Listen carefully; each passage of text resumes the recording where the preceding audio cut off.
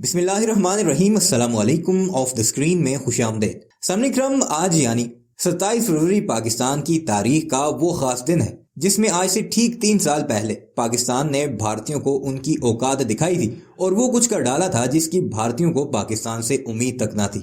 अभिनंदन को पढ़ने वाली चपेड़ों की गूंज अभी तक भारतीयों के कानों में गूंज रही है। यही वजह है कि 3 साल हो चुके हैं, उसके बाद भारतीयों ने अभी तक पाकिस्तान के खिलाफ ना तो कोई हर्जा सराई की है और ना ही वैसी भड़के मारी हैं जैसी वो हमेशा मारते आते थे। आज की इस वीडियो का मकसद आपके सामने भारत के उन बड़बोले दिफाई एनालिस्ट की औकात दिखाना है जो पाकिस्तान से अभिनंदन के पिटने से पहले पाकिस्तान के खिलाफ बड़ी बढ़के मारा करते थे और फिर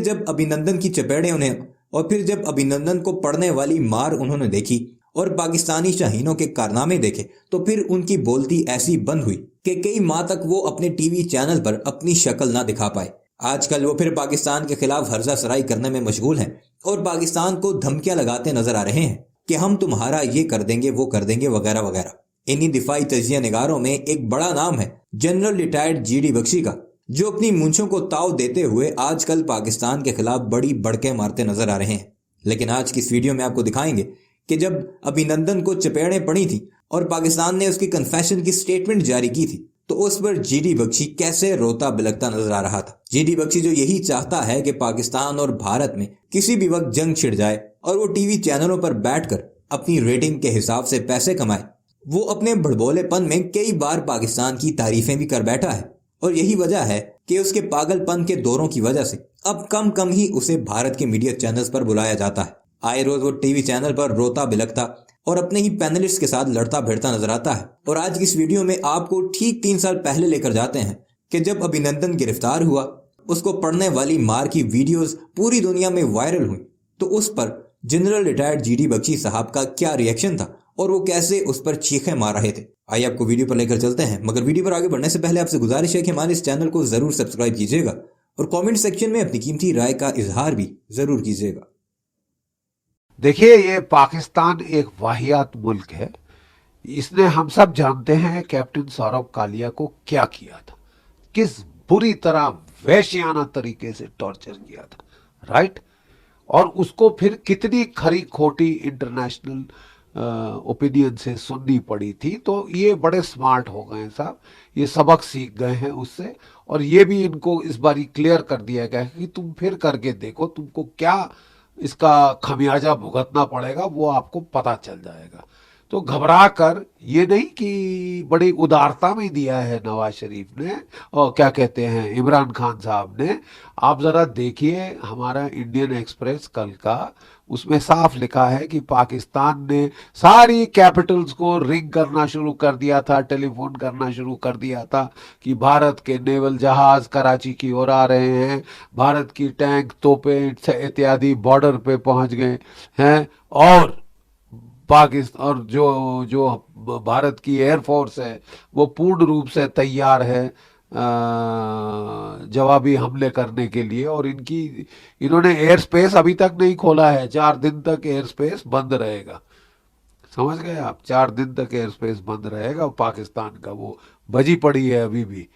और जहां तक वो जो सबक उन्होंने सीखा है वो ये सीखा है साहब कि फिजिकल टॉर्चर मत करो, साइकोलॉजिकल टॉर्चर करो।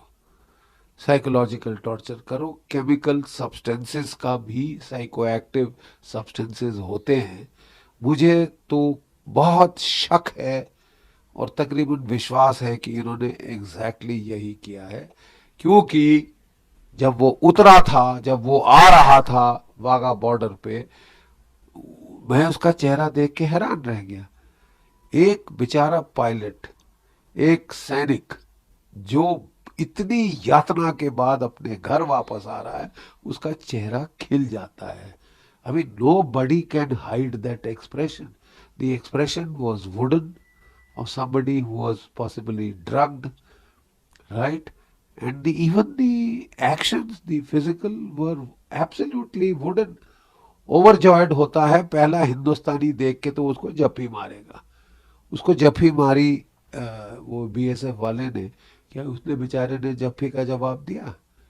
दूसरी चीज हम देख रहे थे कि ये इतनी डिले क्यों, क्या किया है पाकिस्तान ने? दो स्टेटमेंट थी उनकी, एक सुबह सुबह की स्टेटमेंट जो पिछले दिन की, जब वो कैप्चर हुए थे उसके ठीक बाद, जैसे ही वो पैराशूट लैंड हुआ था उसकी बुरी तरह से पिटाई की थी वहां के लोकल हरामखोरों ने, ठीक है। ब्लीड कर रहा था बेचारा ऑल ओवर और शेकन अप था, फिर भी उसका कंपोजर देखने लायक था।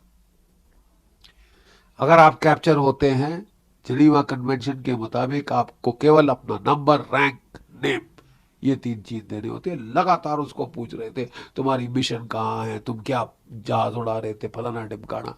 उसने साफ बोलने से मना कर दिया। ये खुंदक खा के खुंदस में आई पाकिस्तान की सरकार, पाकिस्तान की फौज।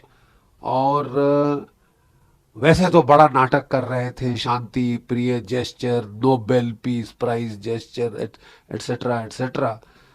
लेकिन हम हैरत हुई कि जब उनका रिलीज डिले होता गया, डिले होता गया, डिले होता गया, और कोई तकरीबन रात के, मेरे ख्याल कितने बजे आए थे वो, 8 के बाद आए थे, 9 बजे वो पहुंचे थे, ठीक है। 9 बजे वो भारतवर्ष के अंदर वाघा बॉर्डर पे क्रॉस किए। ये डिले क्यों? एक रीजन हो सकता है, जब आपने साइको एक्टिव सब्सटेंस दिया है, आईएसआई की टॉर्चर सेल लाहौर में उनको लाया गया था। जहां हैरत की बात है कि वहां पे इमरान खान साहब भी आए थे। वो क्या करने आए थे?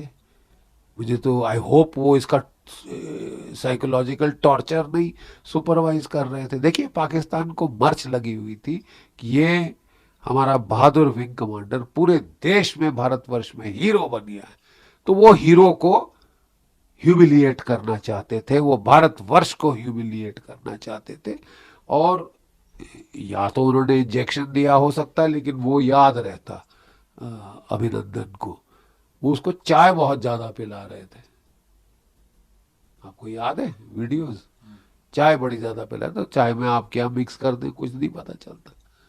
और कोई साइको एक्टिव सब्सटेंस एडमिनिस्टर किया गया है, वो आलतू फालतू बयान उस बुलवाने के लिए।